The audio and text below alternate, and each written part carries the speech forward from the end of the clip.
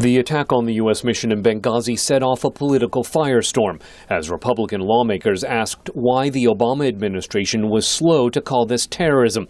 Then Secretary of State Hillary Clinton told critics it didn't matter. The fact is we had 4 dead Americans. Was it because of a protest, or was it because of guys out for a walk one night who decided they'd go kill some Americans? What difference at this point does it make? A year later, President Obama's handling of the Benghazi attack still appears to make a difference to some in Congress, as Secretary of State John Kerry leads the administration's push for authorization to attack Syria.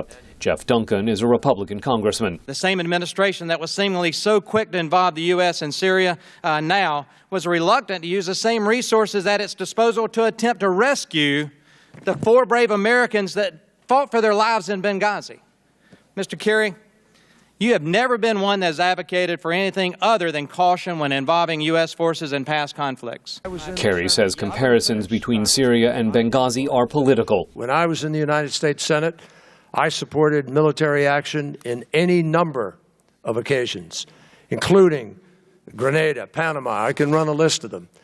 And I am not going to sit here and be told by you that I don't have a sense of what the judgment is with respect to this. We're talking about people being killed by gas, and you want to go talk about Benghazi.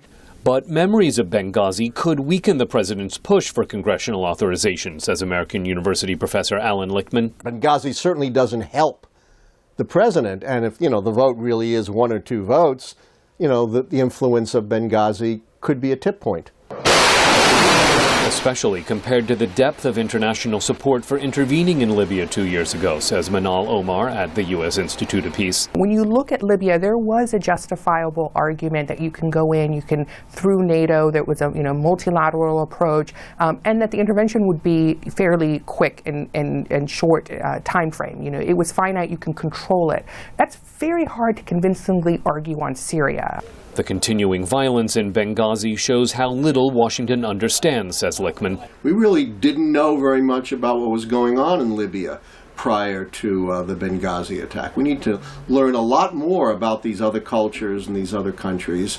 And, for all the tens of billions of dollars we spend on intelligence, we don't seem to be very intelligent about our foreign policy. After the Benghazi attack, just 4 American diplomats were suspended for security lapses. All have since been reassigned to new posts. Scott Stearns, VOA News at the State Department.